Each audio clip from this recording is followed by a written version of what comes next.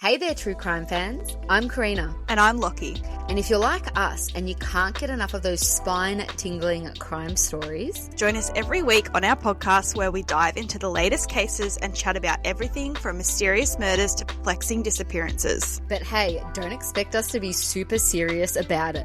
We're just two friends who love talking crime over a cup of coffee. Absolutely. So if you're looking for a true crime podcast that feels like you're hanging out with your friends, give us a listen. Caffeine, Crime and Canines is available on most podcast platforms, including Spotify and Apple Podcasts. See you there. This podcast is hosted by RPP. If you are easily spooked, creeped, or offended, this might not be the podcast for you.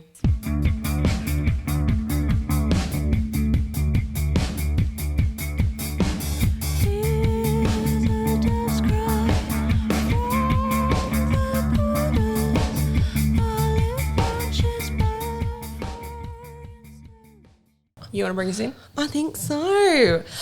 Hello, everybody. Welcome back to I Think My Fridge is Haunted. A very creepy podcast for very creepy people. That's right. My name is Lana. And I'm Gemma. And we have a very special guest today. Oh my gosh. Hello. It's Aleksandra the Great. Hello. Hi. Hi. Welcome. Welcome to the crypt. Love it. I love it. It's dark like my soul.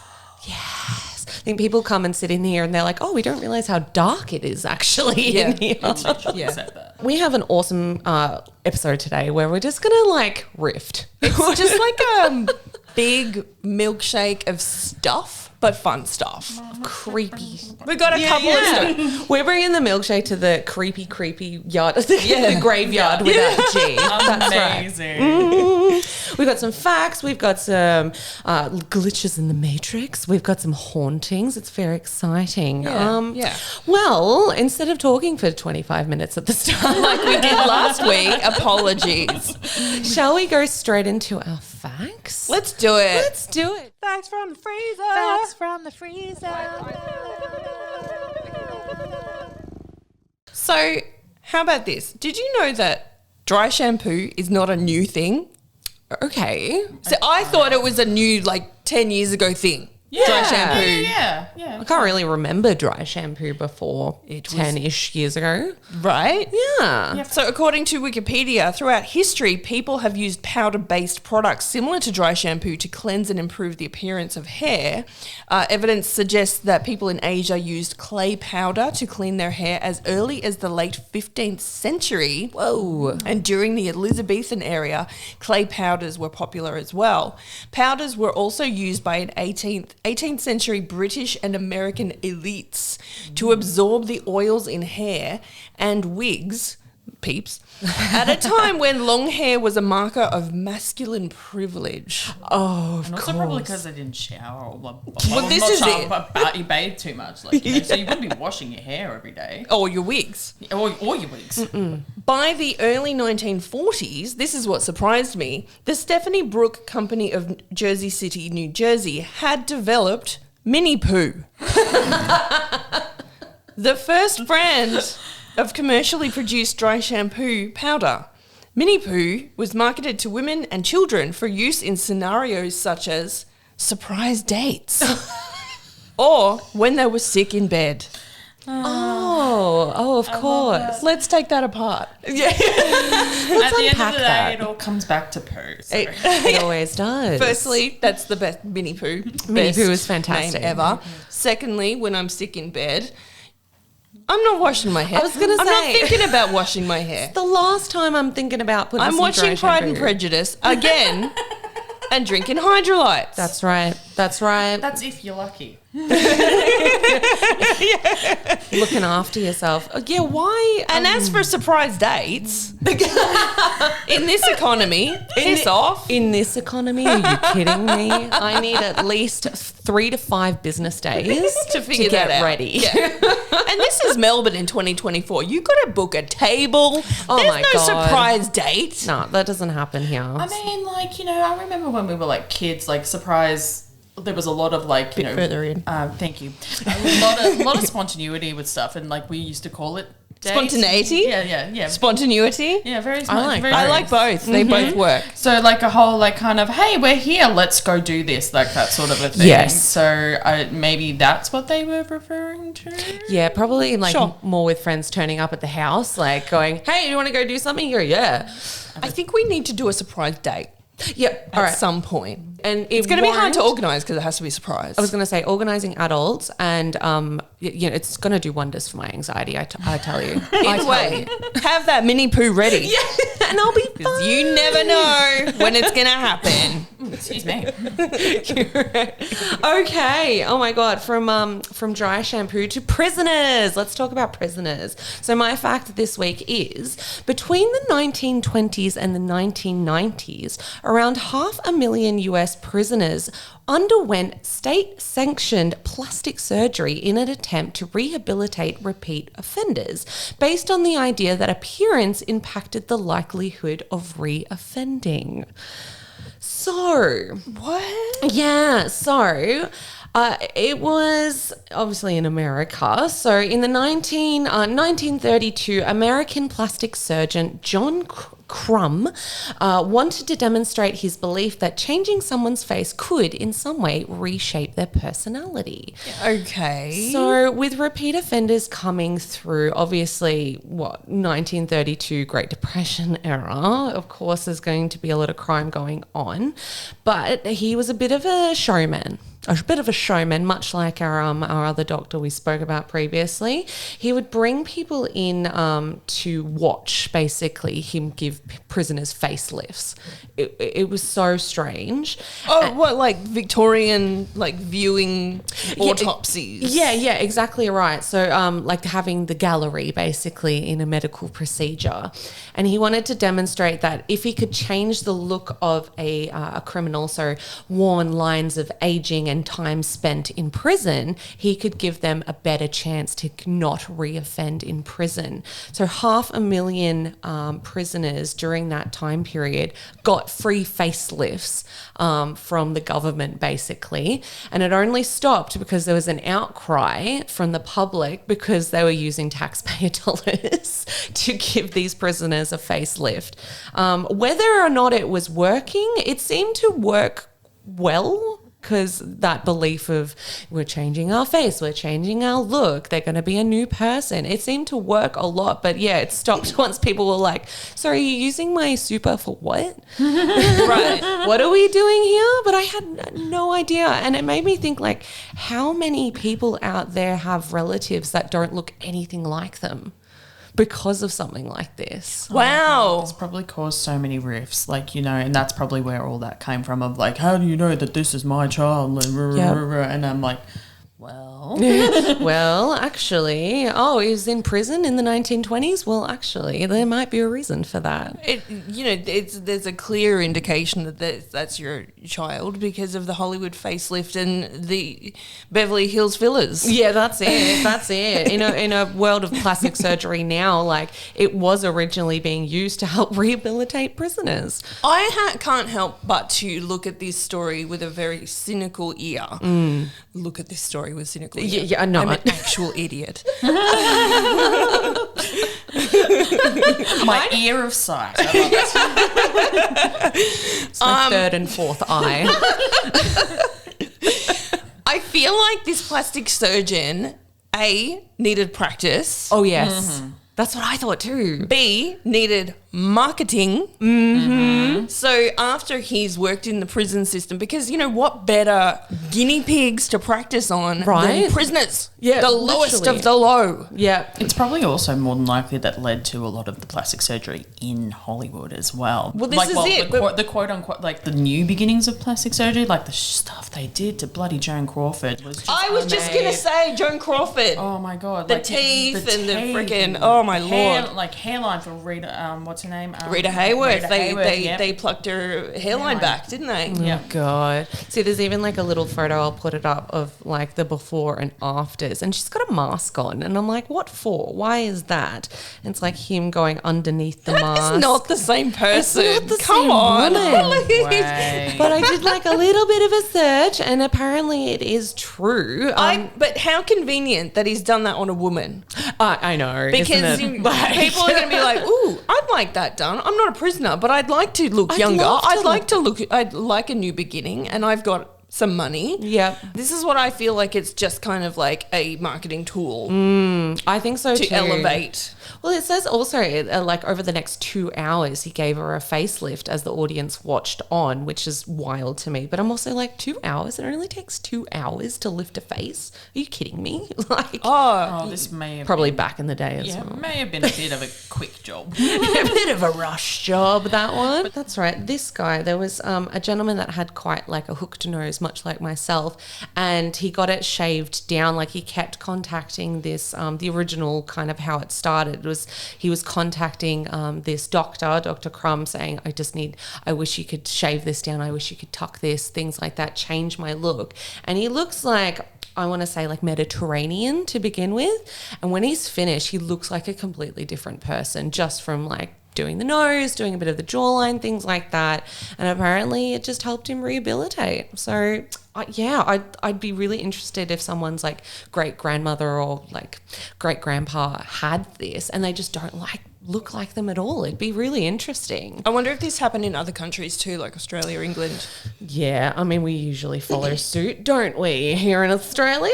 Yeah. No. Now, Aleks, do you have a fun fact for us? I was going to give you a fun fact, but then I kind of was realising halfway through it probably wasn't a fact, but I'll tell it anyway. Oh, that's all right. I always tell facts that are not facts. Yeah, I tell things that are untrue, so. Here we are with facts that aren't facts.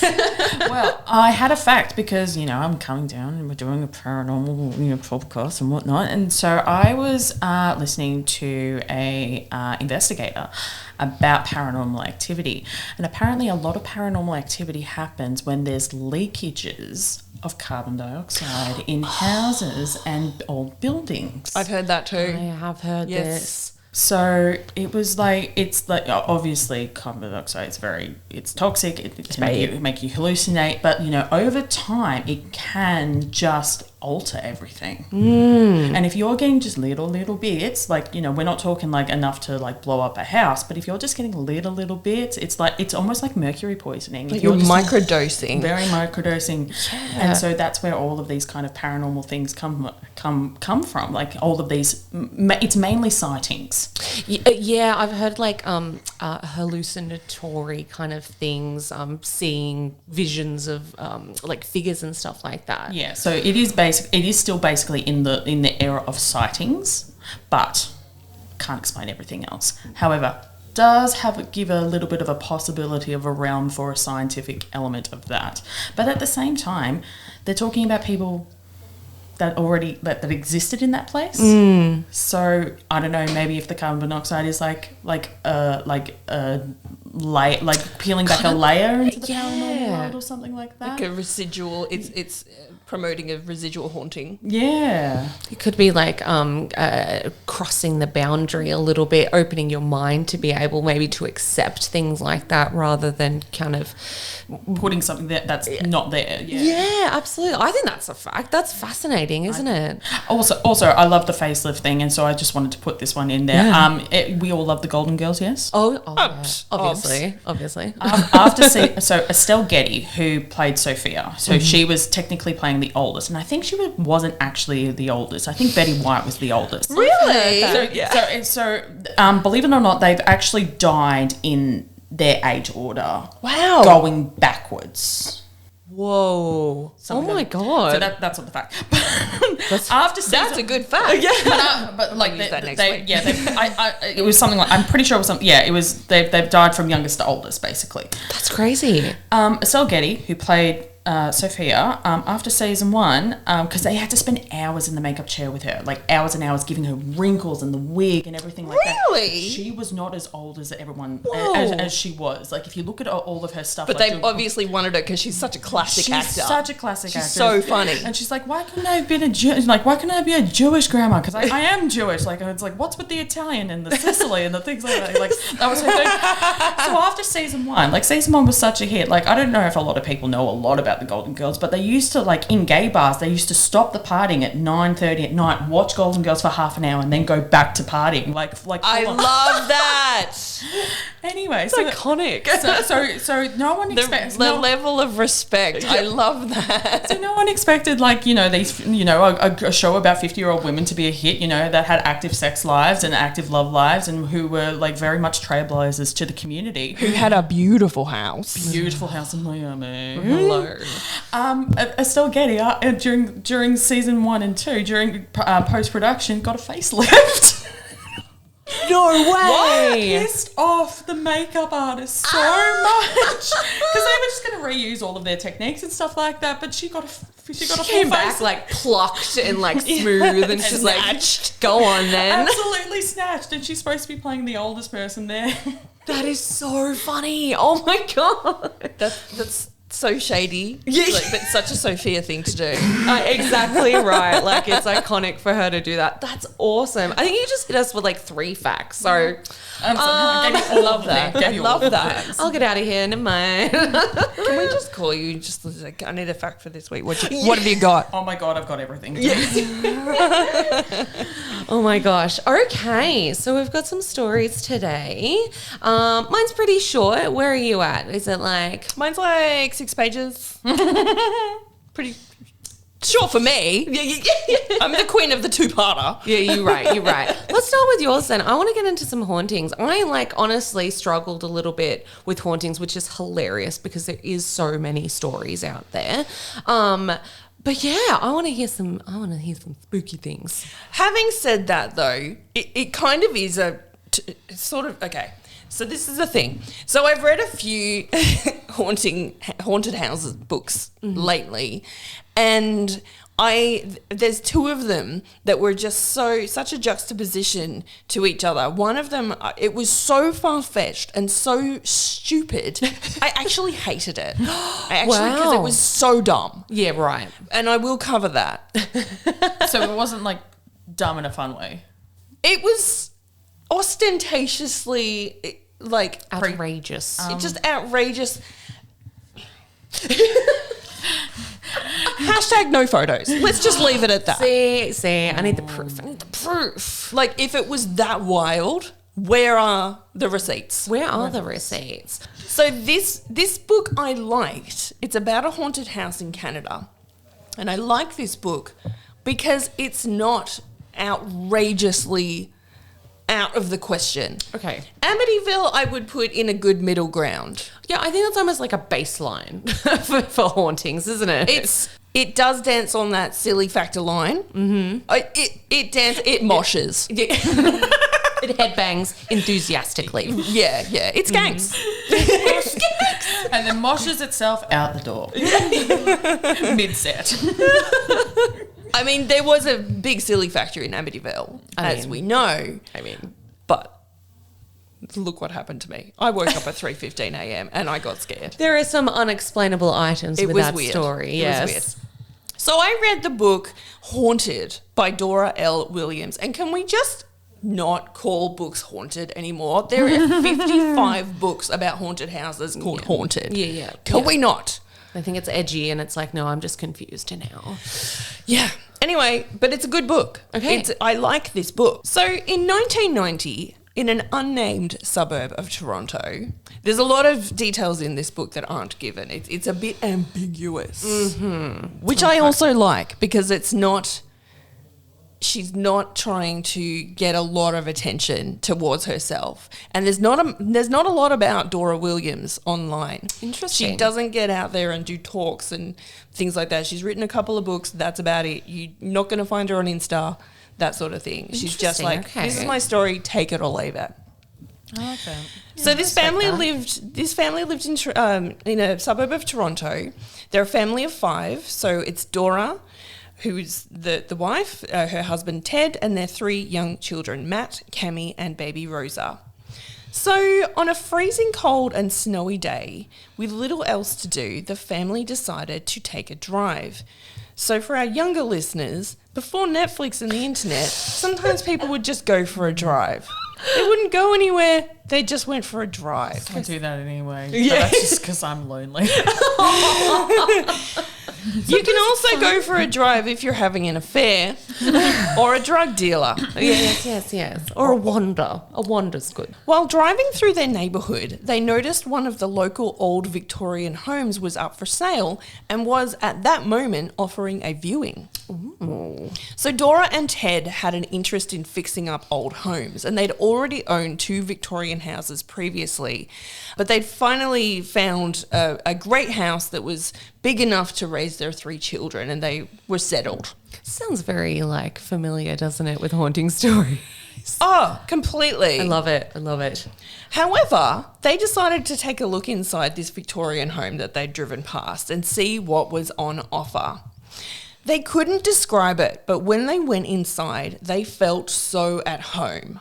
The house was smaller than their current home and had clearly not been updated since the 1970s, and it was evident from the old green shag carpets and dusty old bedrooms. I love a shag carpet. Yeah, you can't go past them.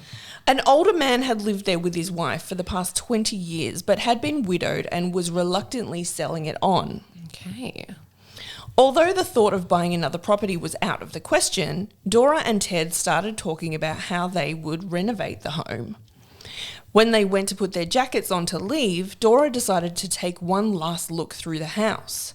It was then that they began to think about selling up and moving into the old fixer-upper. That's like a pretty quick turnaround for just a visit. It's pretty weird. Oh. And 3 months later, they moved in. Okay. And Mr. Ryan, the former owner, was there to welcome them. He told them it had been very important to him to pass the house on to the right people, and he seemed quite sad to leave.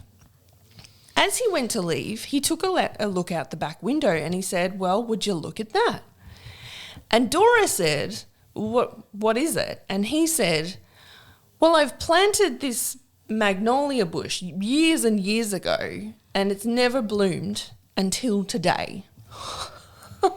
Okay. So Dora becomes obsessed with renovating this old house and bringing it back to its former glory. They pulled up the old carpets and had the floorboards polished back to the way that they would have looked decades ago. So they wanted it to be look like the Victorian home it once was. Yeah, the dream. The dream. But there was still one problem with the home. It wasn't quite big enough.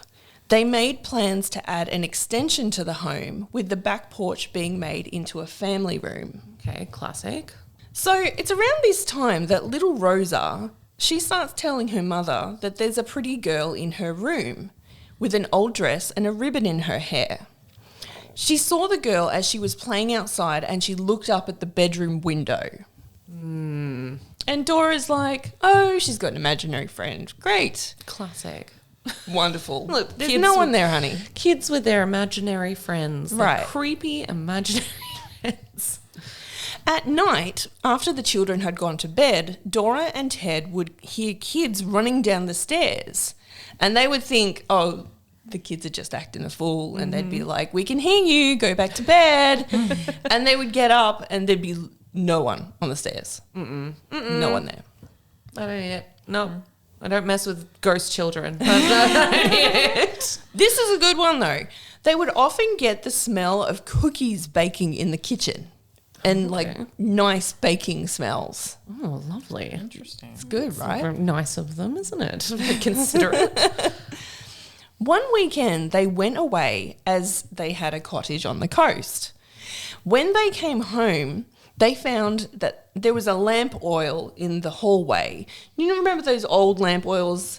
They would have like a glass thing. Right, yeah. And you feel the bottom and it Little string. Yeah. Yes, yeah. So the glass part around the lamp had been turned upside down and was balancing on the base, like precariously balancing. Okay. And Cammie, the middle child, she's like, "Mum, why'd you do that? It's going to fall over." And she's like, "I didn't do that." So that was a bit weird. Dora wakes up one night to see a ghost of what looks like a nurse. Okay. and it's got no face. Oh. It's like dark. Great. I love that. Yeah, good. Great. And she notices that this spirit is really tall. And she's like, okay, maybe this place used to be some kind of hospital or something like that. And she's terrified. She's absolutely terrified.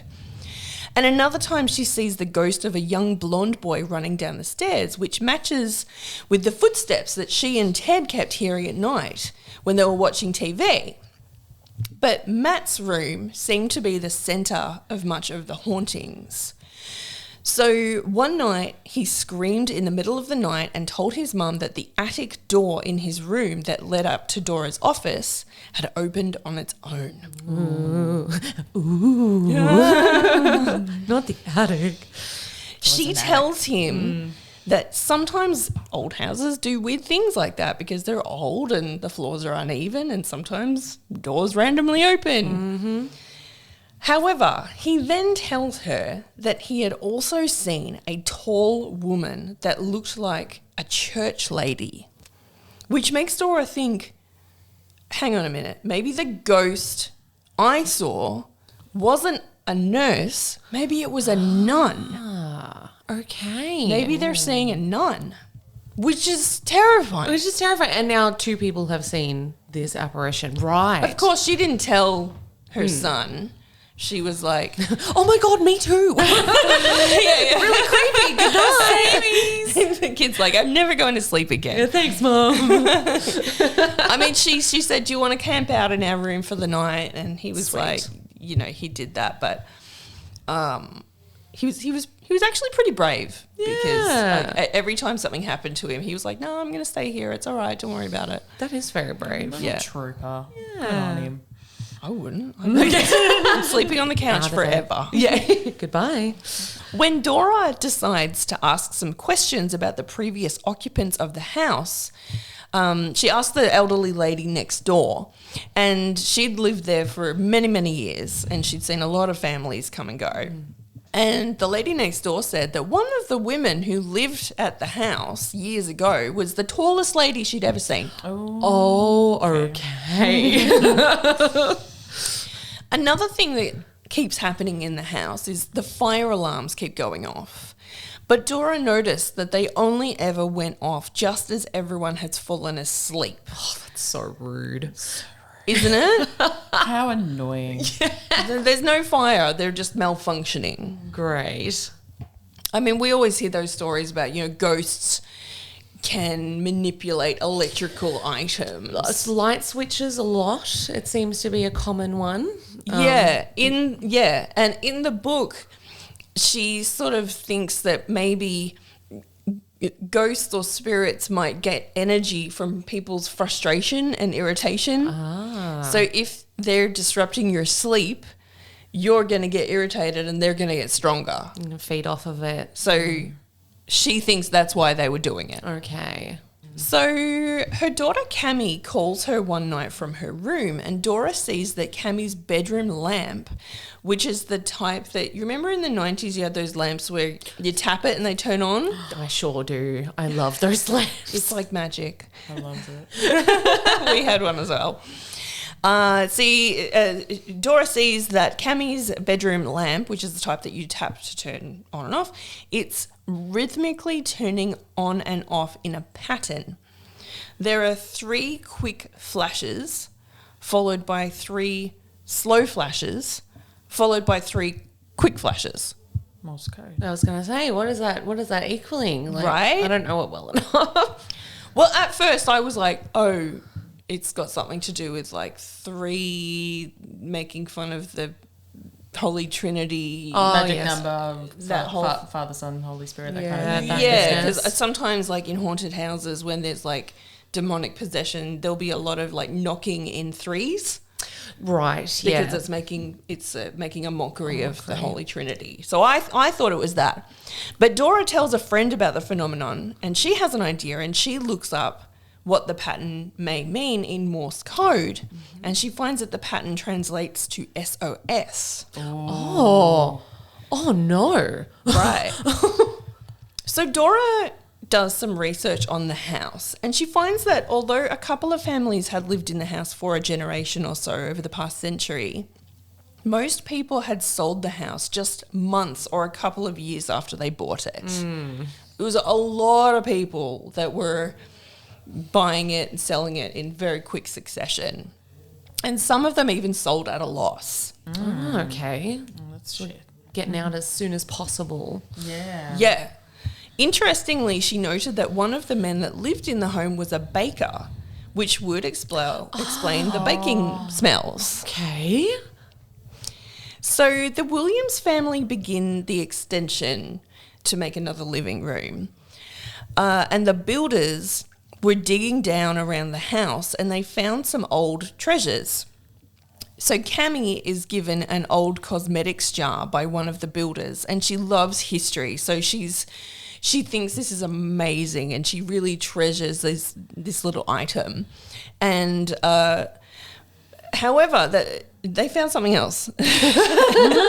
But wait, there's more. Dora was dismayed to find that a large animal thought to be a horse was also buried next to the house. What? Which, horse? if you're thinking this used to be farmland, Yeah. True. Makes sense. maybe it would make sense. That's so wild to find, like, the bones just keep coming. Pretty weird. What? Pretty weird. Like, it's a dinosaur. No. It's not. Later, an old piece of lace is found and an inkwell. Dora sharpens a feather for Cammy to place in the inkwell, and she puts all the items together on the windowsill in her bedroom. Oh, cute. One night, Cammy awakens to see the blonde-haired girl in her room staring at the items. Okay. Another weird thing that happens is that this is something weird that tends to happen to them. There's this walnut tree that had begun to grow in the backyard. They presumed a squirrel had buried some sort of a nut and it's grown, but it was really small. But Dora claims that one day the walnut tree has grown huge overnight. Oh, okay. Yeah. So, obviously no photos of this kind of situation, is there? Exactly. Her neighbour, the elderly lady, even mentions it, as she would often watch the children playing in the backyard from her house, and she could no longer see them because the tree was in the way. Okay, eyewitness account. Okay, cool. I was going to say, we've got someone. Yeah. Another really random thing that happens is that one day Dora and Cammy find a page from a newspaper on the lawn as they're walking home, and they are astonished to find that it's from 1933 and it's in mint condition. What? What? No, okay. All right. Okay. All right. I want to see it. Although Ted is certain that he cleared everything from under the porch, they find another newspaper under there, also from the 1930s, and they can't explain it. A psychic tells her there is information on page 5 of the newspaper that will help her understand the hauntings. Oh my God. The page talks about the idea that war was looming and Hitler's increasing threats against the US. So is it possible that the lamp spelling out SOS could suggest that someone from the home went to war? Okay. I think that's what the connection is. I think, yeah. Dora found that many nights she would not sleep well and sometimes would awaken due to knocking, which we often hear about haunted houses.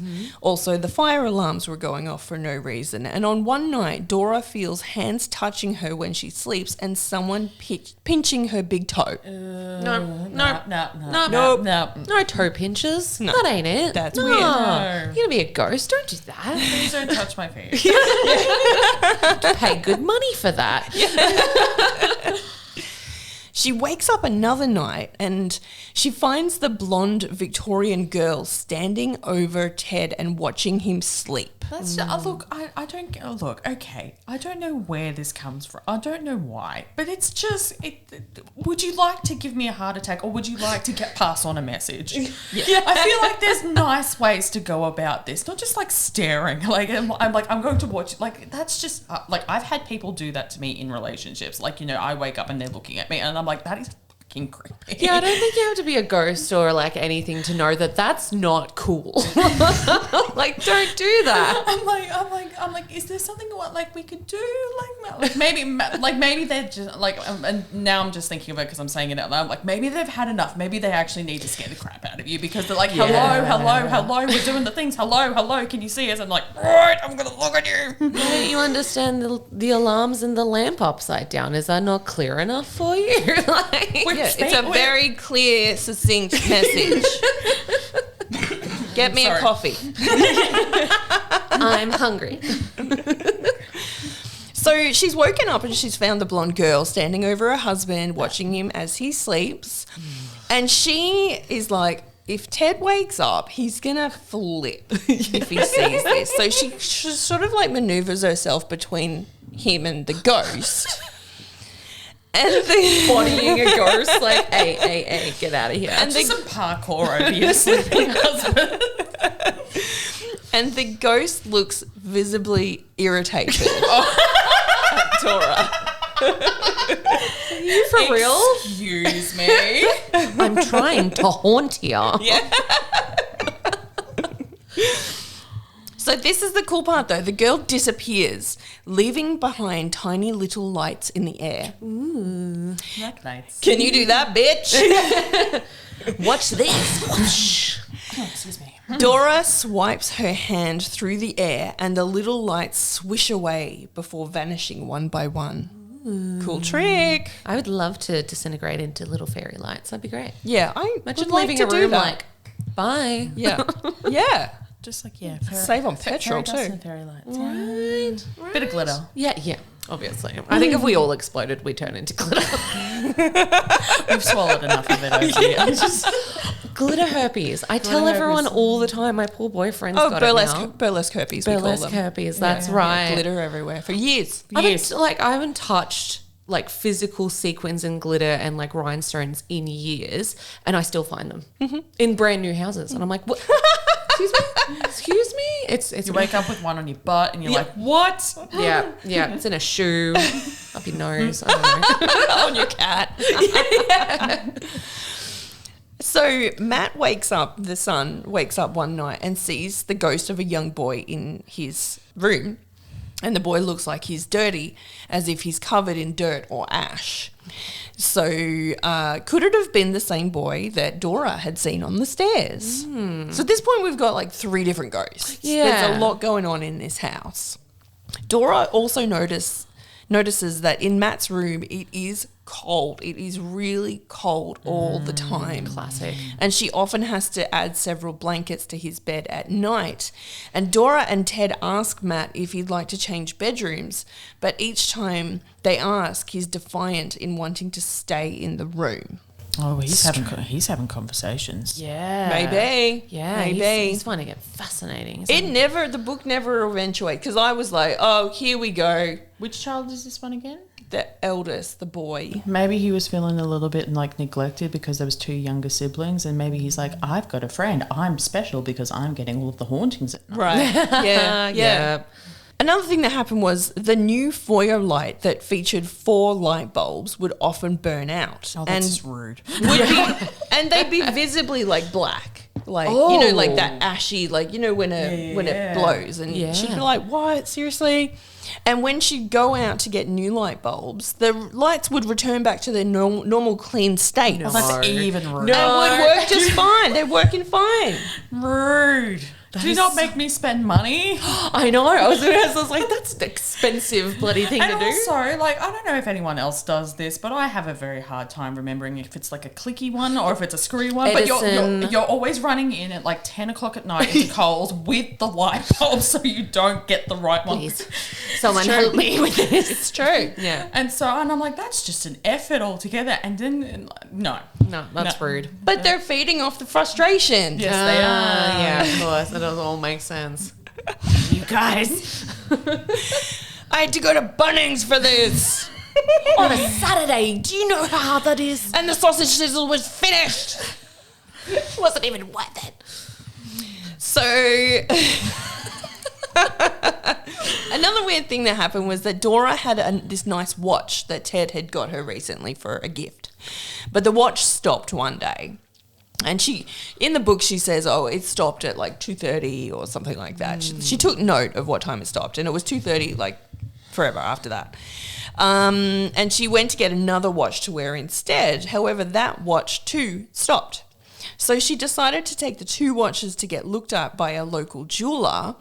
But when she went to retrieve them from the bedroom drawer, both watches had not only started working again, but were now both displaying the correct time. Oh, God. What the fuck? And again, like making appointments, like, you know, making like a schedule for your day. Like, I'm going to, like blocking stuff off. And I'm like, I'm going to, oh my God, so frustrating. Yeah.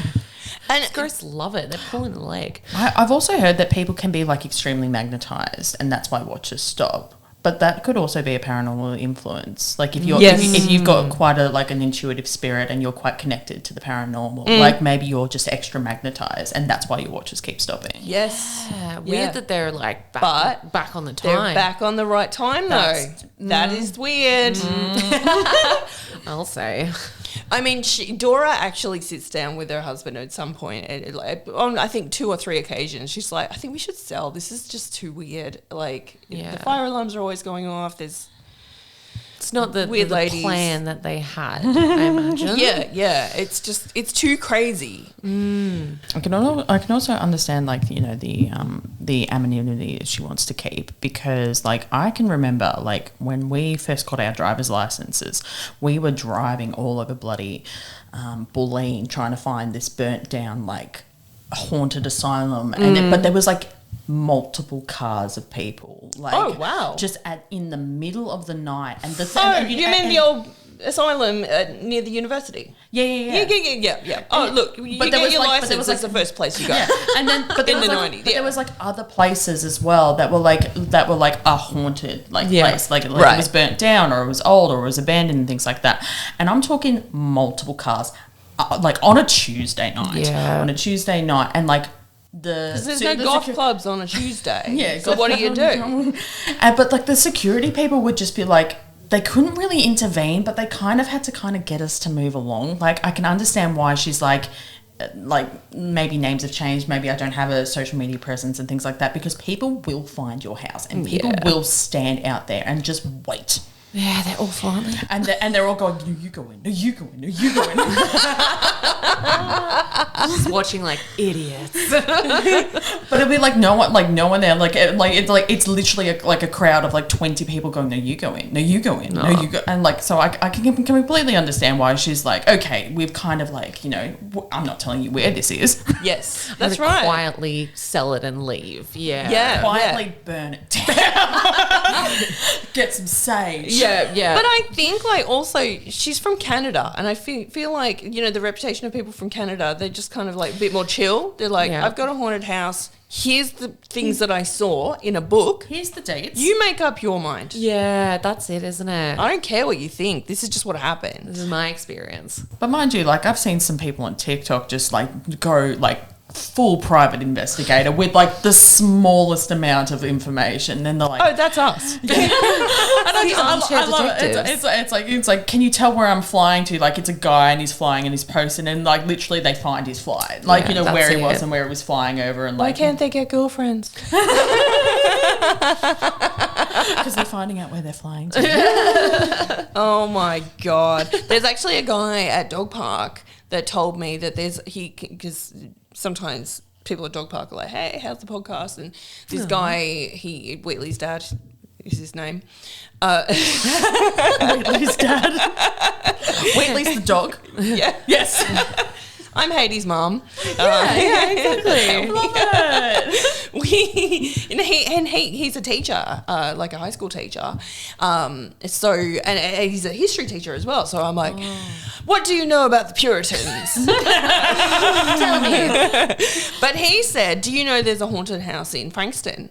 I said no. And he said the kids at the school swear that there is just a regular looking house somewhere in Frankston, I think about the northern part, and it's known to be the local haunted house.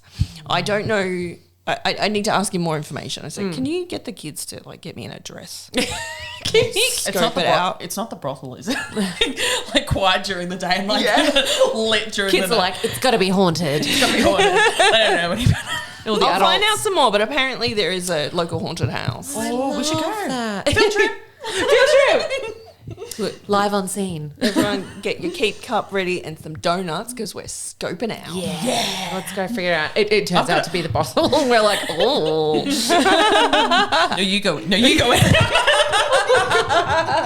So one day, and this is at a point where Dora is quite frustrated at all the crap that's going on. Yeah. Another plant inexplicably grows out of nowhere. I haven't heard plants growing. It's a new one. It is a new one. I do have actually something about that. Not necessarily growing, but blooming. My great grandmother and grandmother had like a rose bush that they like would like get seedlings off and like repot and replant and things like that. And this particular and the mother rose bush or whatever. I'm not a botanist. The mother.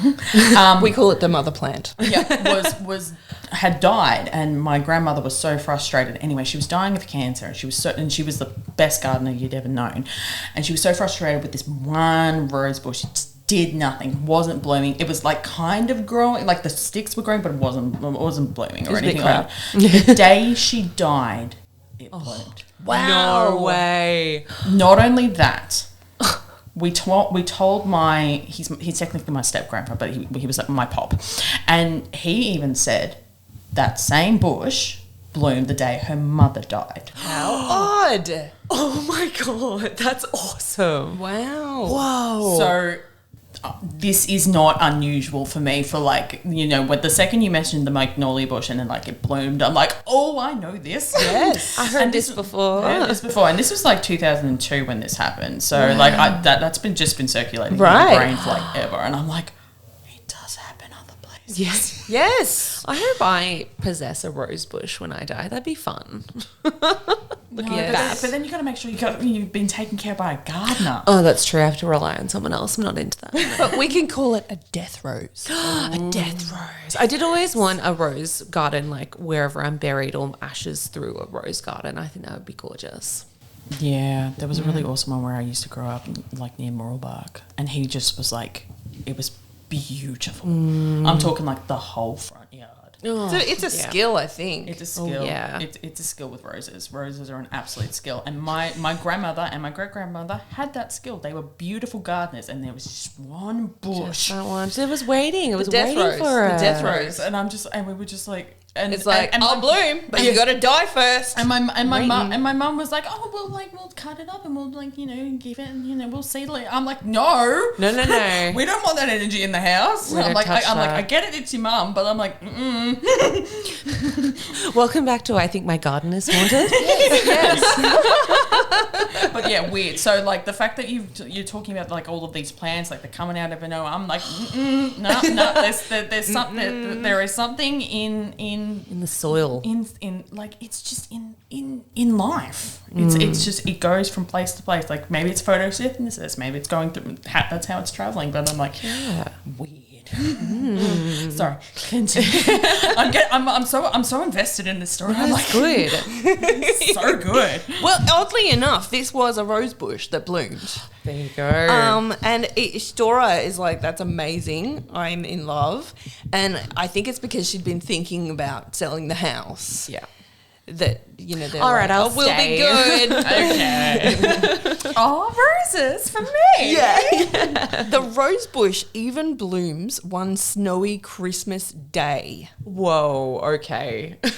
That's a lot. Pretty weird. Yeah. One day they have a friend over who's quite interested in their haunted house, and they're telling so it's Dora's friend, and she and Dora are telling Ted he doesn't believe in what's going on because he hasn't seen anything yet. And as Ted lifts a beer bottle to take a drink, the beer fizzes up and like explodes in his face.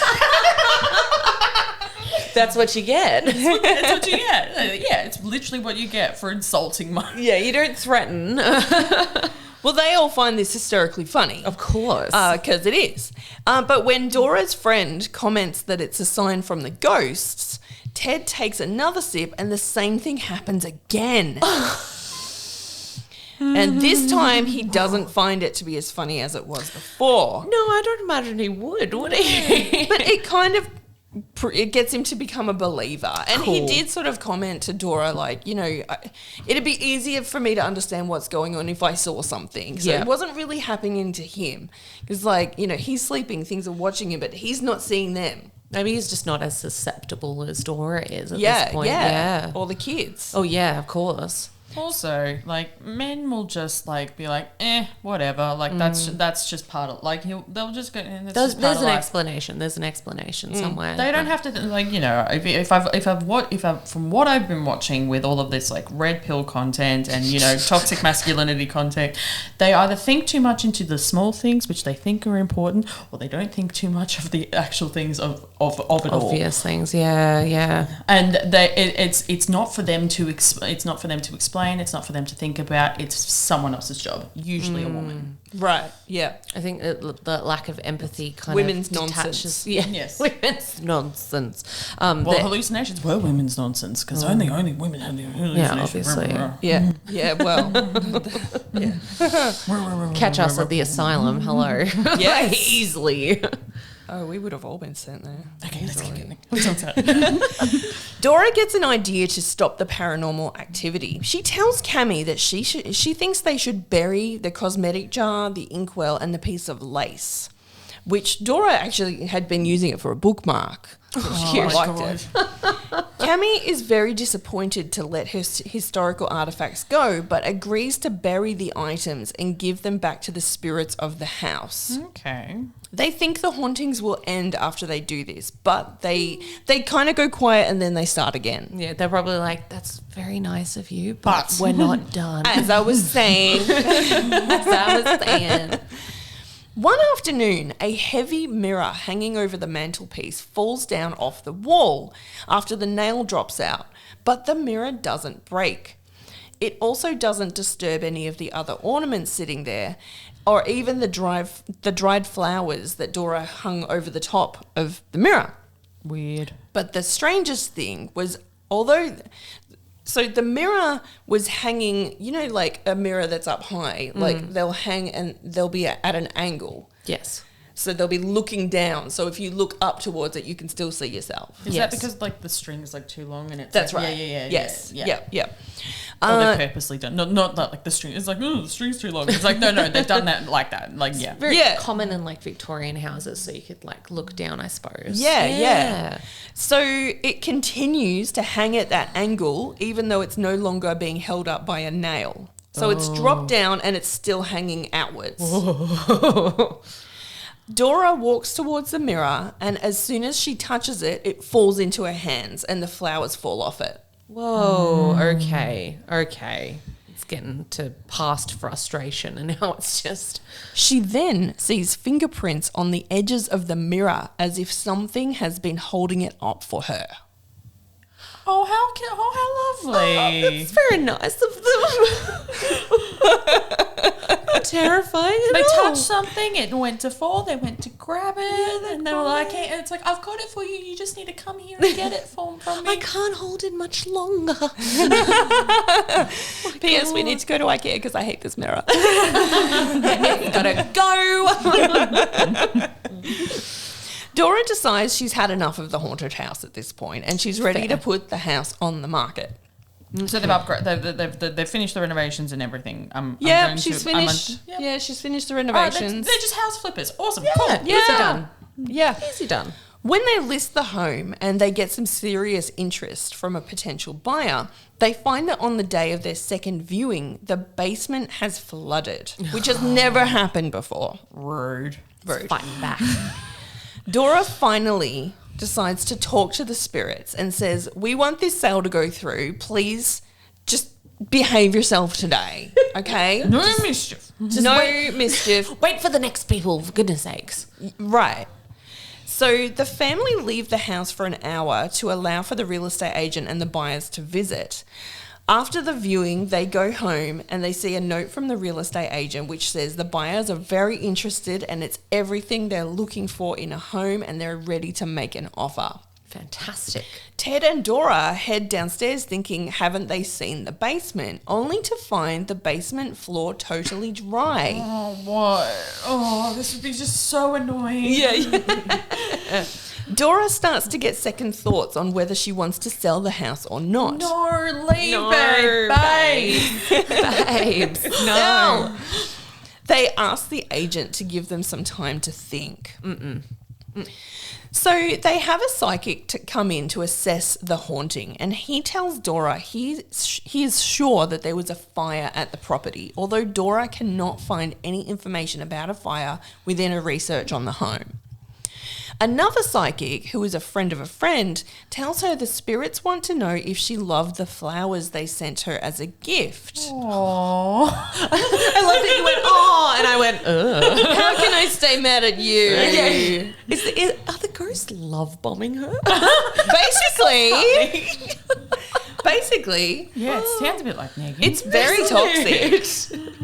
Toxic ghosts. She also tells Dora that the spirits had chosen her family to live at the home, which explains how the entire family suddenly wanted to live in the house that icy winter day. Feel nice and welcome. Yes, this is our home. Dora tells the psychic she had loved the flowers, but the hauntings had to stop or she would be selling the house. She's given instructions on how to smudge the home and to tell the spirits to go to the light and that it's their time to leave. Dora doesn't know if it'll work, but she figures it's worth a try. She finds a shop that sells dried sage, and she and Ted carry out the instructions room by room, and the home finally falls quiet with no more signs of haunting ever again. Okay. Ever again? Ever again. Whoa, okay. Months later, as the family are having a swimming pool dug in the backyard, they find items that look like they've been burned in a fire, including a photo frame and a piece of lace and some blonde hair. No. Nope. Nope. Which Cammy is sure belongs to the blonde ghost girl. Oh. She is convinced that the ghost girl died there in a fire. Dora and Cammy bury the items and they tell the spirits they'll never be forgotten. Oh. And that is the Williams haunting. Wow. Man, that was, yeah. And they stayed. And they stayed and they lived there? They stayed and they lived there. I don't They know. put a swim pool in and everything was great. I mean, much better. I don't know if you guys have read this, but I especially when I lived with my ex-housemate, like, you know, you can just, if you, some spirits aren't as nice, but if you're able to communicate and you're able to be like, okay, I get it, you're here, we won't forget you and things like that, but we kind of need you to move on and things like that. If you ask them, they probably will more than likely do it. Yeah. Yeah, they just needed some validation. Yeah, exactly. It's like, oh my God, I see you guys. Like, it's like, you have been seen. You have been received. It's a safe space. It's fine. You can chill. It's all That's how I talk to one of my cats, Chandler. You're validated, honey. I see you. I see you. This is so funny. When you were reading that story, I actually got a ghost encounter I had pop up in my head. I haven't thought about it for years and years and years. I used to live in a Victorian home in Ballarat. That's the dream. Isn't it? It was, when I got offered, I was like, yes. It was built in like the 1920s and the family who built it is still the family that owns it. Oh, nice. Gorgeous. Wow. So it's generational. Yeah, and it's Amazing. beautiful. It's a beautiful home. It is like the floorboards creaked and there's stuff that needs to be done. And there was like in the little butler's pantry, there was a little hatch down to like more storage, and they had like laundry, what's the word, like a laundry hanger that was on a pulley, so it would go up on the roof and then come down. Right, like what are they called, like a lazy butler or a sleepy butler or something like that. Butler. Yes, very that. Like incredible original clawfoot bath, like beautiful home. They did warn me that there is a little bit of ghost activity. Actually, I don't even... Ballarat, very Ballarat. I was like, yeah. I don't know actually if it was before or after. I think they were just like, oh yeah, I've seen things. And I was like, yeah, okay, whatever. one night, so I was in the front room and it had like original 1920s curtains and a fireplace. It was a beautiful, beautiful room. One day I woke up and there was a man at the end of my bed in a top hat. Love And that. growing up, I'd had kind of experiences like this. And this was like, I don't know, my early 20s. And I was kind of like, I'm scared, but I know the only thing I can do is say, hello, yes, I see you. Can you go away? Can you go? I've got to sleep, man. Like, I've got to do this. And it happened a couple of times and he would just kind of be there. And I was like, all right, maybe it could be the clothes hanging on the cupboard or something. I don't know. But it was very clearly a man with a top hat. And I went to the other housemates and I went, man, like last night I woke up and I thought I saw this like really tall man with a top hat, and one of the sons of this family lived there with me, and he's like, oh yeah, he's always around. Wow. And I was like, what? What are you talking about? And he's like, yeah, I used to live in the room beside mine, and he'd have a bunk bed that would look out and just see people passing all the time. But apparently the man with the top hat was quite common, and it was more of a, you're in my house? Take your hat off. Like, it was just more of like, like this man might have been a previous family member or maybe even the owner. I can't quite remember, but the whole family was like, yeah, he just hangs around. You just say, can you bugger off, please?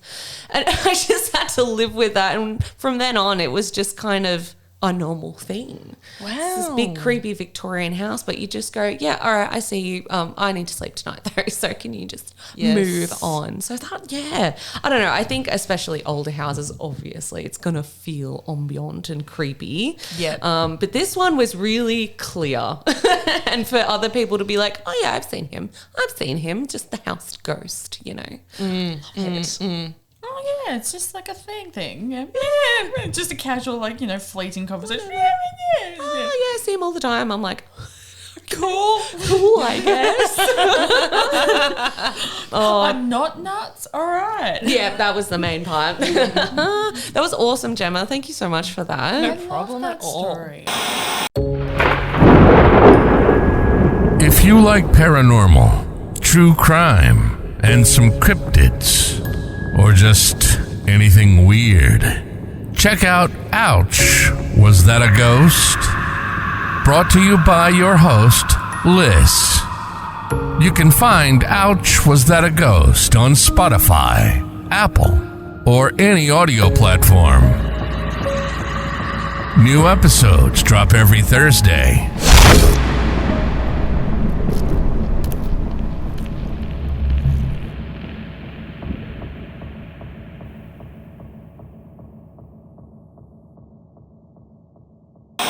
Okay, so we're going to move on to a little bit of internet stories. I, like most people, like Reddit. Do you guys go on Reddit very much? It's actually too much of a rabbit hole for me, so I try to avoid it.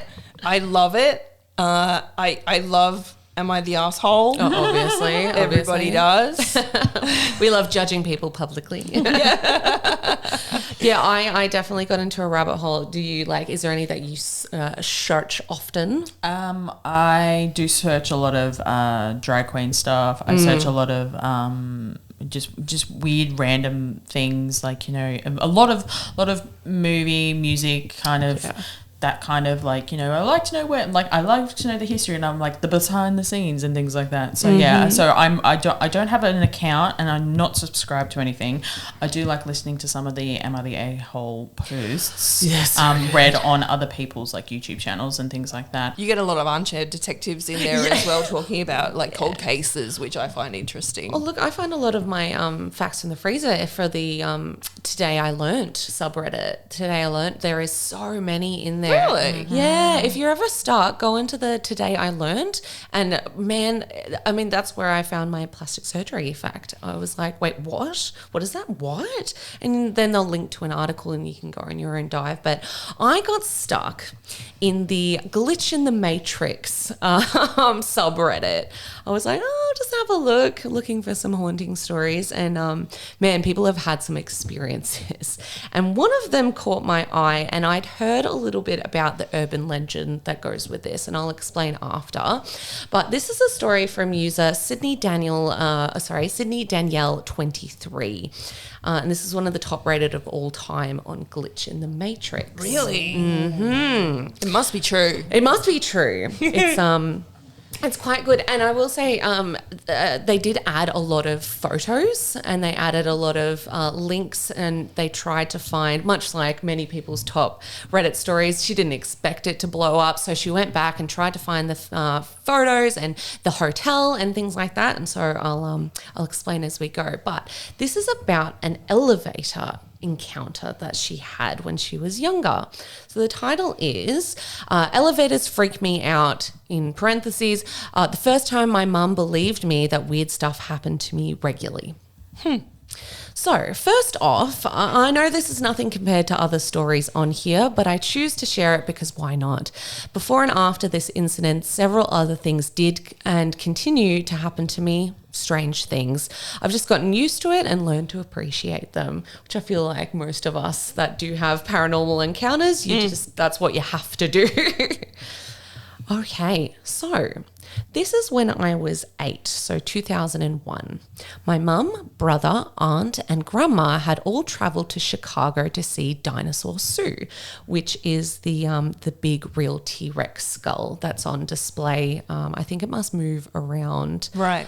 I didn't know she was called Dinosaur Sue. That was. I feel like funny. I've heard of that. It's like the iconic Tyrannosaurus. So they've travelled to Chicago to go see it. I love it that her name's Sue. That's awesome. Yeah, isn't that cute? Who named her Sue? Yes, do. We had been staying in a hotel nearby for about 5 days. It was very upscale, new, and overall very nice. But hotels are always, no matter how nice, if they've got a long corridor with lots and lots of rooms on either side, It's creepy. it does give you Shining vibes. Absolutely. I think you just can't avoid it, can you? Play with us, Daddy. Exactly. It's always the fear. You poke around the corner, you go, oh, I'm safe today. All right.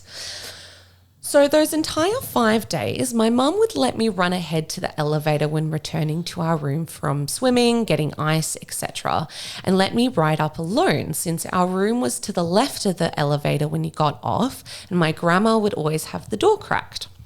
So one day, on the way back from the pool, literally just got out of the pool, so wet hair, wet suit, a towel on. I did the same, ran ahead and entered the elevator. I pressed the button to go to the 7th floor, and there was only one elevator in the hotel. Oh, so it's not a huge hotel then? Not a huge hotel. It sounds like it's a nice hotel. So once I got to the 7th floor, which I knew by the sign outside the elevator doors open, you know, there's always a sign that says what floor you're on. That's standard. I went to the second door on the left like I had maybe 20 times before that week. I knocked and knocked. Nothing. I remember becoming weirdly alarmed at this point. It's the best way I can describe it. Even though I was smart enough to know I could always just return to the lobby or that my mum would be returning shortly anyway. So while wondering why my grandma wasn't answering the door, I returned to a few feet to the elevator and I waited for my mum and brother. I saw the display on the elevator. It was arriving at the 7th floor, the floor that I was on, which was clearly written on the sign. I see the light. I hear the elevator ding. The doors open. Nothing. There's no one in there. At this point, I just feel something is very off and returned to the door, the hotel room door, and knocked, and I'm crying now, getting cold because I'm still very wet from the pool. Finally, after no more than a minute, a very old woman answers the door and says, "Dear, I told you already yesterday, this is not your room." What? She then said, "It'll be fine. I'm very sorry, but I'm on the phone with my son. Give it a few more minutes. Your mother is coming," and closed the door on her. closed the door on this 8-year-old kid.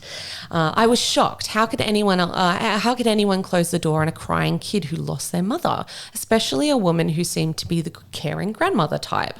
It's a bit like The Matrix. A little bit, isn't it? Almost immediately after she closed the door, the elevator opened and my mum ran out crying and grabbed me. She said, "Oh, honey, where have you been? I've never been so worried." She then went to open the door, not our room.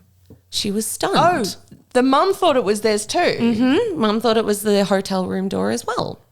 She was stunned. The whole time I was explaining to her that I had been here, as in on that floor in front of the elevator, and my timeline of events had only been about 5 minutes.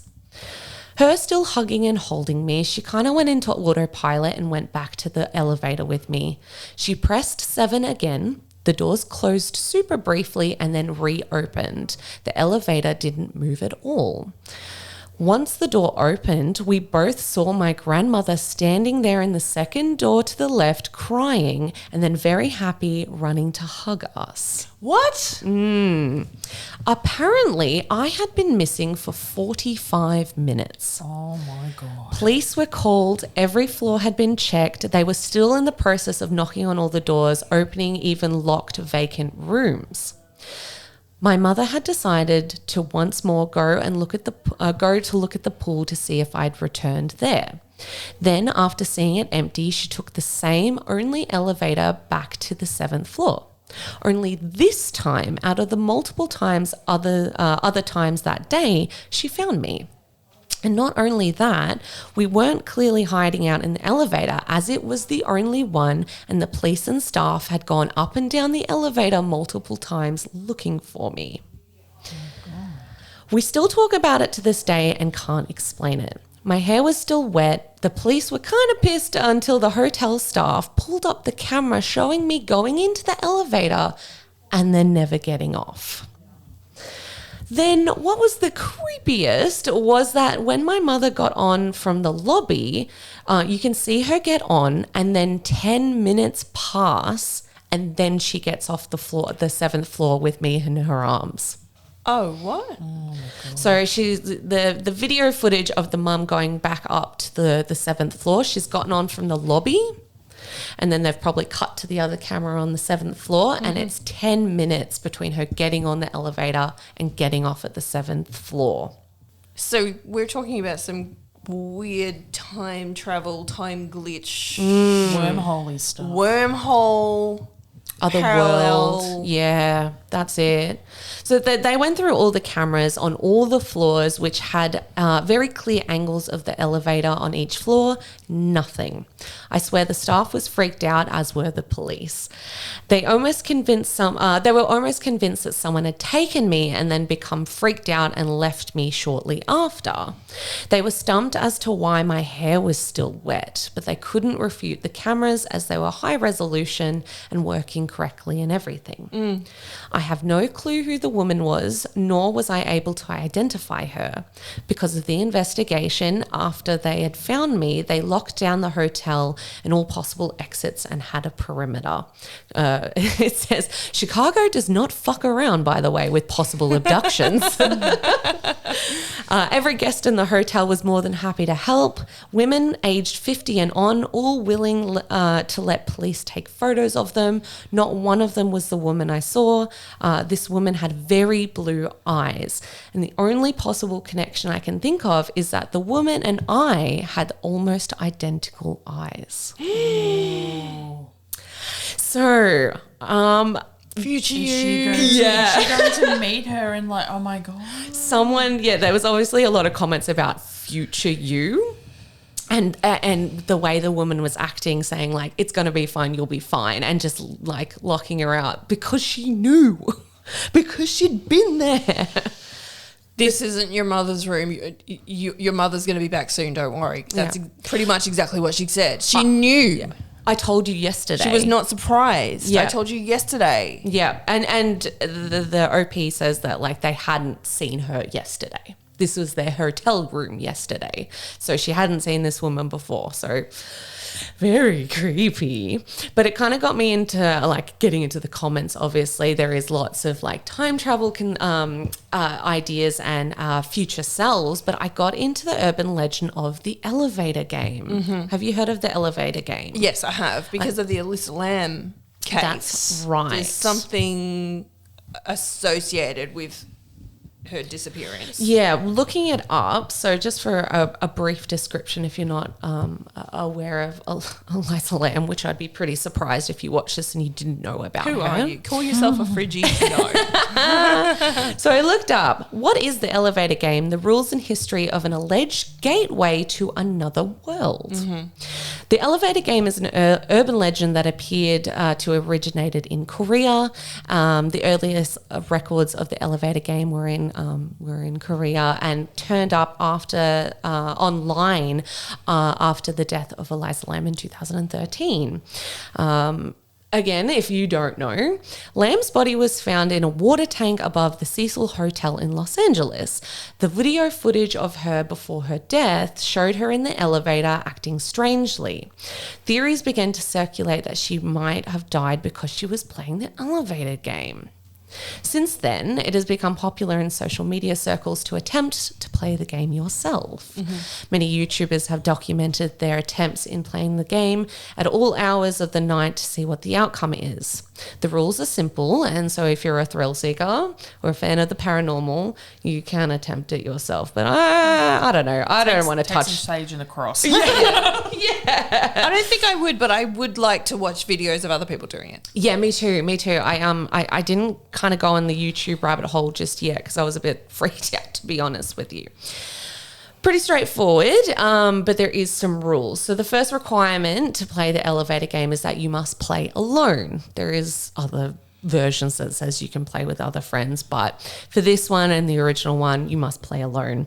You must be in a building with at least 10 floors and an elevator that can reach all 10 floors. So there's not like any cutoffs.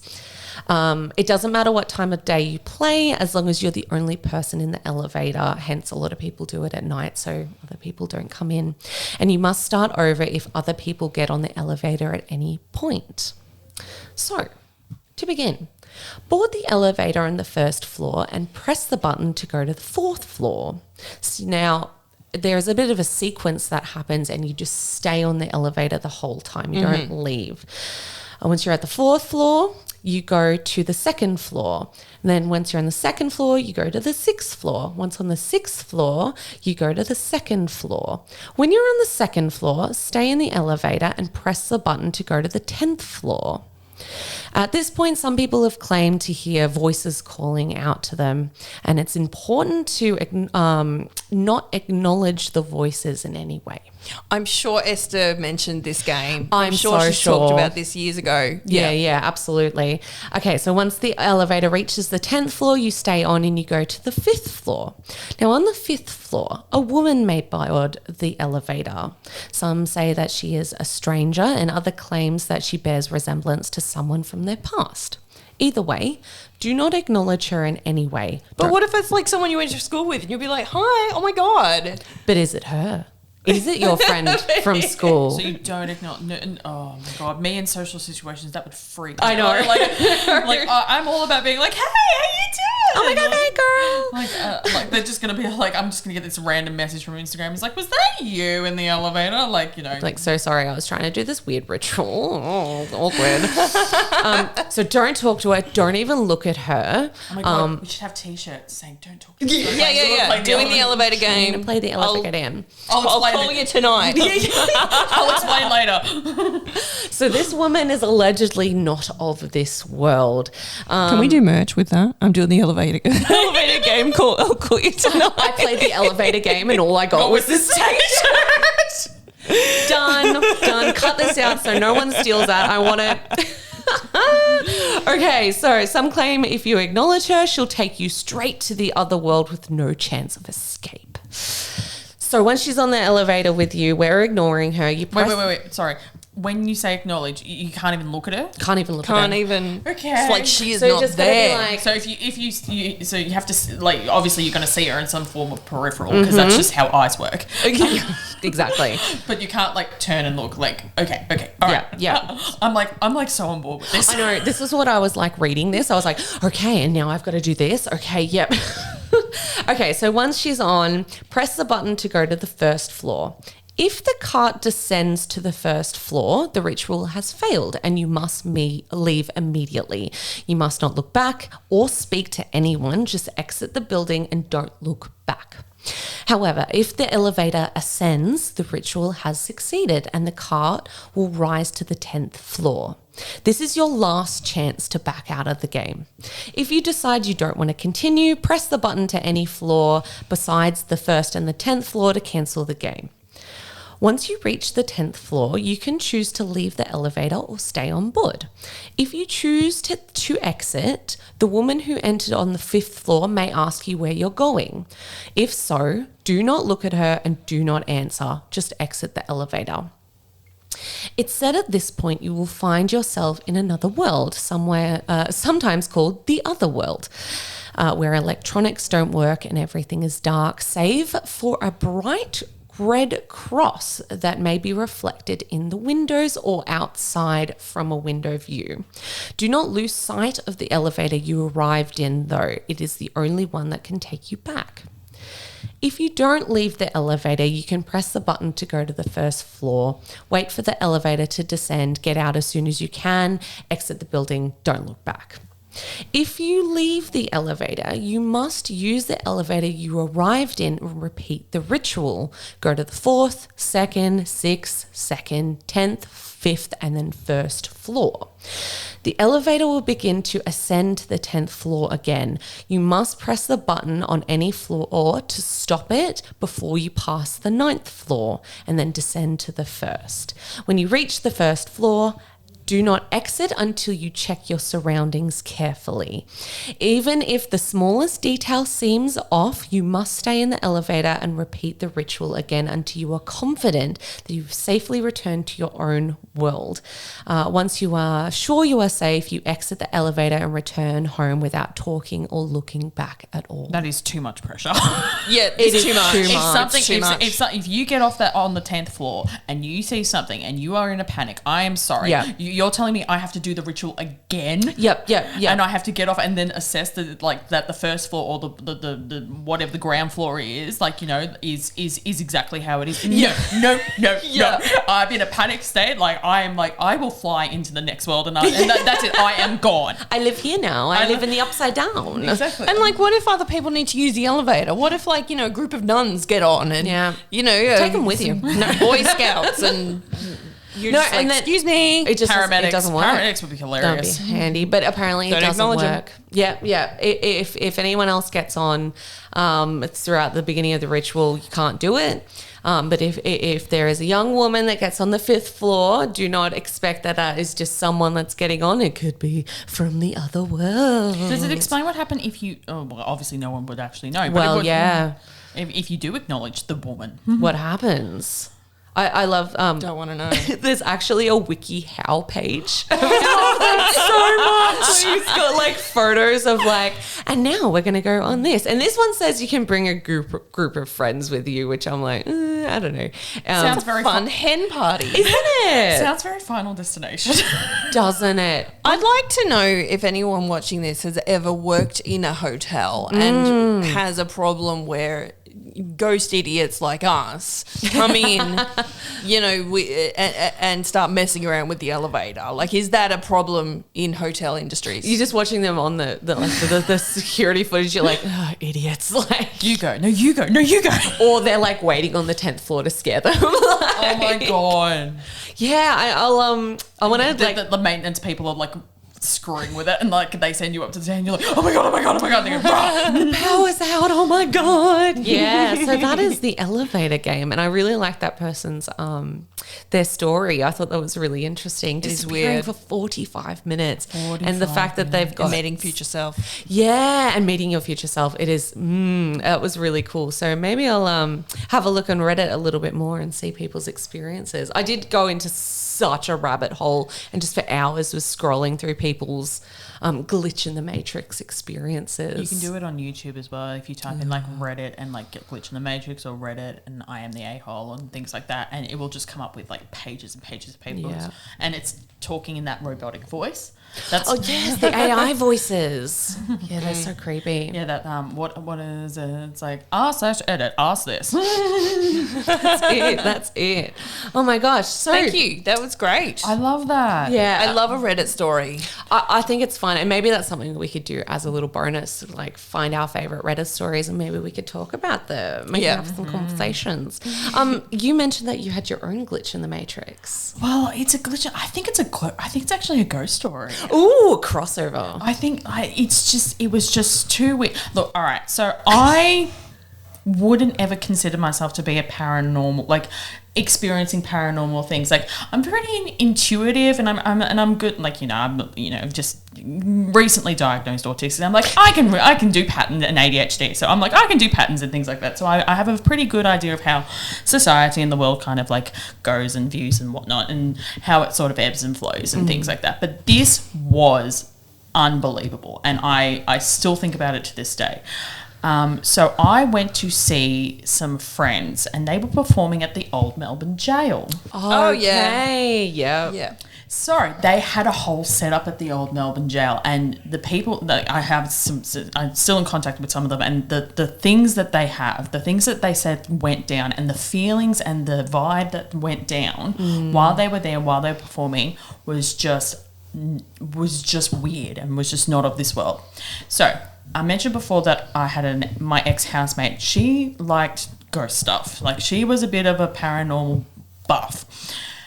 And she found out that I was going. And it was just in a weird time for me where I was kind of like, I'd stopped talking to my mum, and so everything was a bit up in the air. So I was a bit like, I just quit my job. So I was like footloose and fancy free, and I'm just going to live the best life. So I was literally kind of just open to everything because everything was just happening. So I was just experiencing everything. So maybe I was just in the right frame of mind for this to happen. So my housemate goes, I should say, when you go down there, tell them I want to speak to them. What? If you get alone, like if you get some time and you're alone and you're sitting and you're just in the jail, and you have a bit of a moment to yourself, just sing out and just say, hi, my name is... Right. My housemate would love to talk to one of you. Because she had, like, the boxes, like the vocal boxes and stuff like that. Oh, the EMF readers. Yeah. So she has all of that stuff. So I don't know what she was expecting, but this is what happened. So we go in and we do the show, and we're having fun, we're drinking, we're having like little tapas, and we're having this cute little cocktail, and we get in, and all of a sudden we get thrown into the cells. Like it's part of like a whole jail experience. Yes. Right. So they are like guards, and they've got the keys, and you put us in, and I was friends with one of the guards, and I'm like, put me in one by myself, and she's like, yeah, okay. Because I've done it before. Like I've been to the Old Melbourne Jail like ages ago when I was a kid, and I thought it was just the coolest experience. But I tell you what, being in that cell for a long period of time, all of a sudden people are tapping out because there's just something. Yeah, there is just something. And so I'm sitting there and I'm like, I know something's happening, and so you can hear the music and you can see the lights and they're blaring, and I'm just sitting there and I'm like, hello, hi, and like no one can hear me out there because the music is going so loud. And so I've just gone, hey, my name's Aleks. My housemate would really like to talk to one of you guys if you guys have got something you'd like to say. If you want to talk, I guess you know where we are. Like, give me a sign. And literally didn't think about it for the rest of the night. And so that happened. So I did my thing, went and enjoyed the show. It was a great show. And when you did that, did you record? Did you have a recorder? Or no, you just had a chat. Just did it. And like it was a bright light, and so like the lights were on in the cell, and so we were just sitting there, and I was just like, okay, cool. And I just went, hey, what's going on? And then doors open into the audience, next part of the whole experience, and we went and I enjoyed the show, and I was with some other friends who had come from interstate to come and support and whatnot, and so we were just having a really great time, and I completely forgot about it. Yeah. Completely forgot about it. got home. I actually dropped them off, my friends off, because they were interstate and they didn't have a car and I had a car. So we walked back to my car and I dropped them off. I stuck around for a little bit and had a bit of a drink and then went home. Parked my car. I felt something really weird. Like, I just got out of the car and I started crossing the street to go to the block of units where I was. And I just kind of... Something felt off. No idea. Whatever. Don't worry about it. I've just spent the night in the jail. It's a bit weird. Yeah, whatever. It's a bit of a vibe, you know. I'm like, it's probably the adrenaline from the show because it was a really great show. It's probably a whole bunch of other things. So went up, took my makeup off, all the things. I'm like, do I shower? No, I'll shower in the morning. It's fine. And so I went and makeup off and just passed out because I was just tired. Get up the next morning and I go into the shower and I'm having a shower and I'm just doing my thing and I'm groggy and I'm tired, having a coffee and I'm hungry and all of the things. I'm just out of the shower. So this is in the bathroom. Now, the bathroom was really small, but we had cats. And we were on the second or third floor of this apartment block. And my housemate was paranoid that her cats would always like kind of jump out. Right. So I had to keep the door open a bit so her cats can jump in and out and go get the kitty lit up. But I had to keep the window closed. So there was no air. Right. No ventilation. Steamy. Very steamy. No ventilation. Like, it was probably seeping out through that little thing, like the door, but like we got no air. Yeah. There was no breeze, no nothing. I'm standing there and I'm just drying myself off, and it's the big mirror, and I'm talking full length to the wall, to the top of the roof mirror. And I'm standing there, I'm just drying myself off, and it's one of these little plastic curtains. So the curtain is off. I've opened it so the steam can get out of the little cubicle shower and things like that. And I'm standing there, I'm drying myself off, and I'm not really paying attention, but I'm looking at myself in the mirror, and then all of a sudden, the curtain behind me just closes. What? Nope. It just closes. But nope. Goes across the railing. Goes across the railing. And closes. I'm like, someone's in the shower with me. Someone's in the bathroom with me. And so I panic. Understandably. So my eyes pop out of my head. I do not need coffee anymore. I am awake.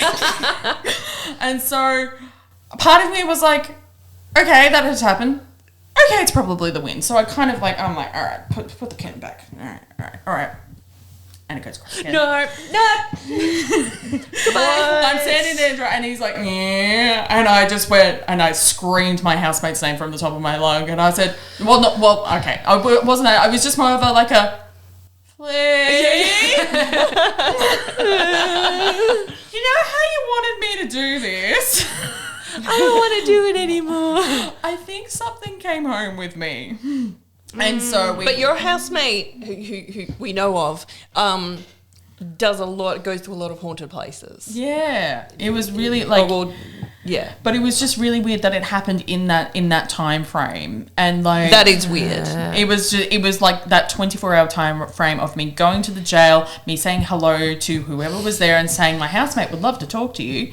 And then she did a little seance-y thing that night with the little voice box and whatnot, and that, and I was like, can we get some sage in there? Just like, can we cleanse, please?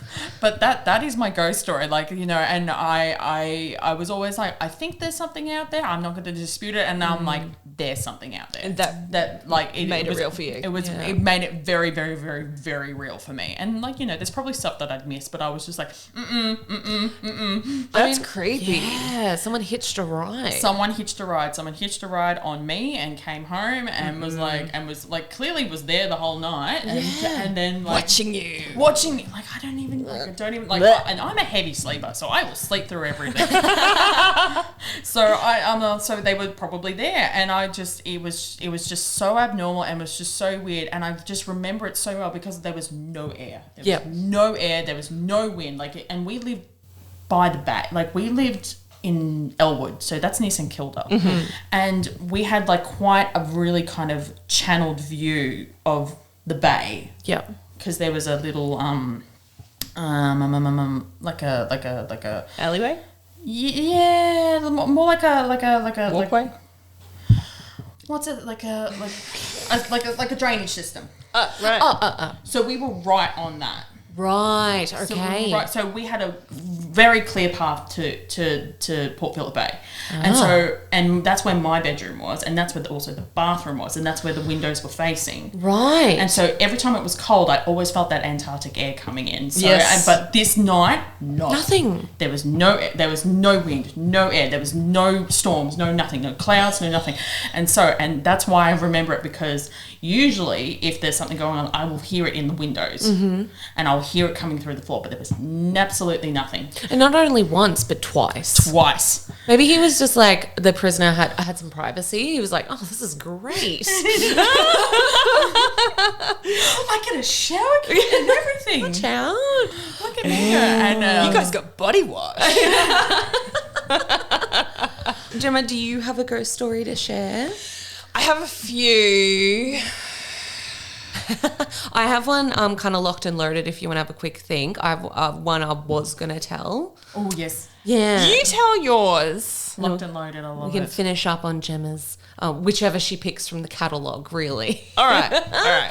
Mine's like the original one I was going to tell has a little bit of, I don't know, people can go there. It's from Arrowdale Lunatic Asylum. Oh my god. Yep, I've had a friend go there. Yeah, and spend the night. Yep. Many people have been there, and it's one of those places that you walk in and everything just feels off. It is a very... That place is haunted, without it's a doubt. haunted, and just its history is in its walls. Regardless of if you believe in ghosts, once you hear what happened in that place, you can feel it. It's heavy place. Anyway, my partner at the time was a ghost tour guide and took the investigation tours as well.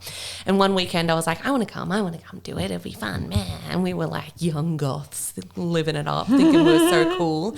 And I went with this group, and it was a 3-hour ghost investigation. So people will come and they can bring, I think they could bring equipment, but it was provided. There was EMF readers, there was like light grids and sensors and stuff. So we went to certain places of the asylum that we were allowed in, and some places that weren't on the tour, which was very cool, and did some investigating. Now, when I went there, I was like, are they rigged? Like, are the machines rigged? Come on, let me know. Tell me. I want to know. And he was like, no, I'm not going to tell you. And I was like, okay, whatever. But So he said, I'm not going to tell you. He didn't say, no, they're not rigged. well, it was kind of like, no, why would we? We don't have to. The place is creepy enough as it is. Right. Like, let's just have it. Have an experience and see how you feel, and like, we'll go from there. But he's like, no, I'm not going to tell you. No, they're not. Whatever. Like, I think even if he told me they weren't, I might not have believed him from what happened.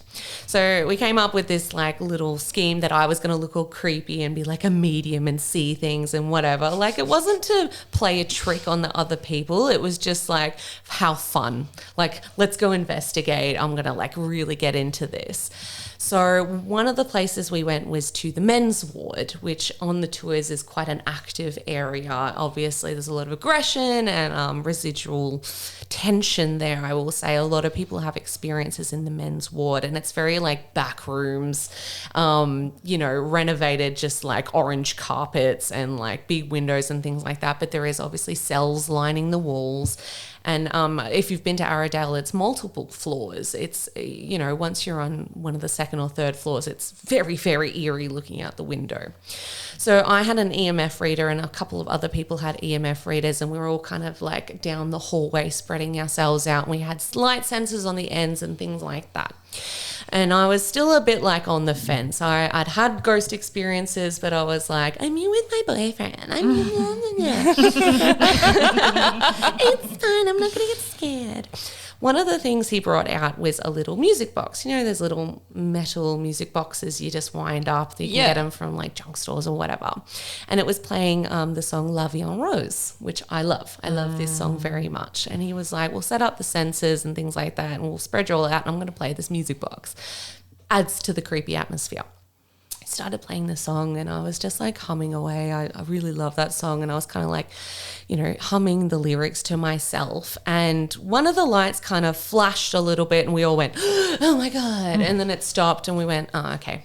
And he winds up the music box again. Now, I was placed myself a bit further away from everyone because I was like, I want to see something. I want to experience something. And eventually my EMF reader starts going and it's going up to the red and all that kind of thing. And then the music box stopped and I stopped humming and it went away.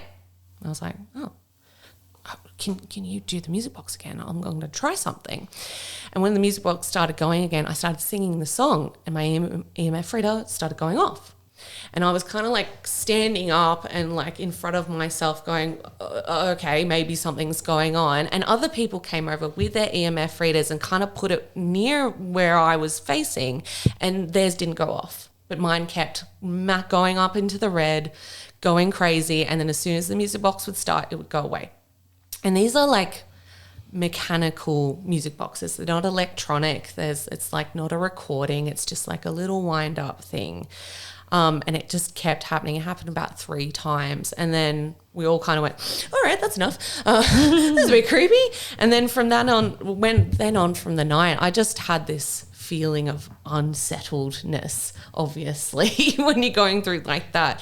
And I just found it so weird that other EMF readers are coming up and it just wasn't picking anything up except for mine standing right in front of me. So that was really interesting. That was my little ghost experience. If you get a chance, go to Arrowdale. It is incredible. And I think they still do the investigation tours. So if you want to have an experience, go there.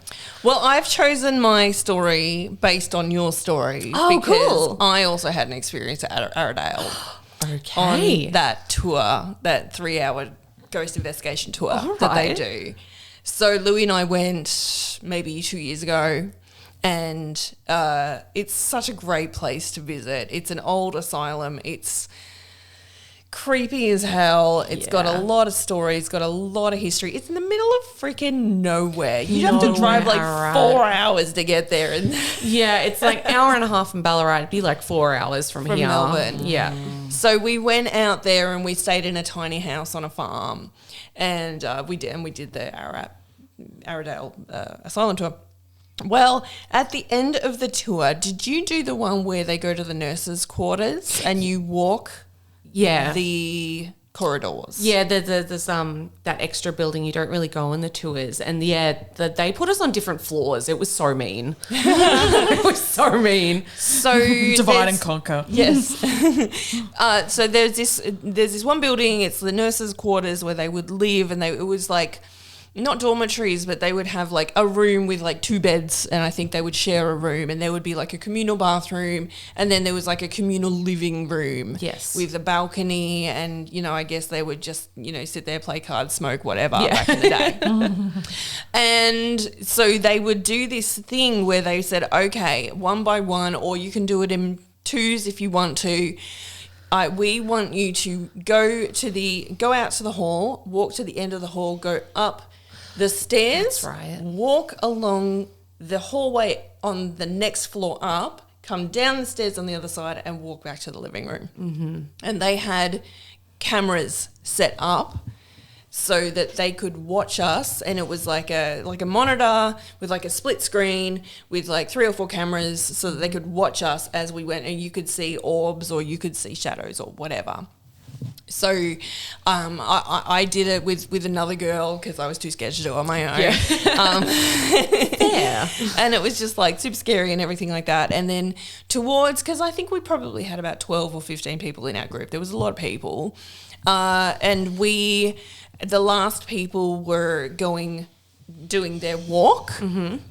And while they were gone, we had, they give you these like little battery operated lanterns to hold. Yes, yeah. So I was sort of standing at the back of the room by the mantelpiece, and I had 2 of those lanterns, like torches, just sitting, because when you're doing ghost hunting, you do it in the dark. Of course. So we just had these little lanterns just on the mantelpiece, just so that we had a little bit of light, and we were just watching the people. It was me, the lady that was hosting it, my husband was there right next to me, and a few other people, and we were just watching the people on the cameras doing their walk, and the lights all go out. Oh. And they're battery operated, and they all go out at the same time. What? So leaving you guys in the dark. Oh, completely in the dark, except for the monitor on the screen over in the corner. And we were like, wait, what? Because we were like, oh, the lights went out. But then we're like, they're battery operated. Wait a second. Wait, what? So I sort of like fiddled around with them and like clicked them on and off, and they came back on again. But the girl, if that girl was not faking it, she was a good actor. Yeah. Because she was like, that's a bit weird. There's so many stories from the ghost tour guides just of weird shit happening. And we're like, everyone in that room for the next 10 minutes, they were like, oh my God. And you know how when something amazing happens like that, you relive it like verbally for like 15 minutes. Absolutely. I thought it was the electricity went up. But it's what? No, what did you think? Oh my God. What did you see? What was your perspective on it? Yeah, so everyone was just like, what? That is so crazy. Oh my God. Yeah, if you want a really good ghost hunting experience, Arrowdale's your place. It's such a good place. They let me go on the morgue tray.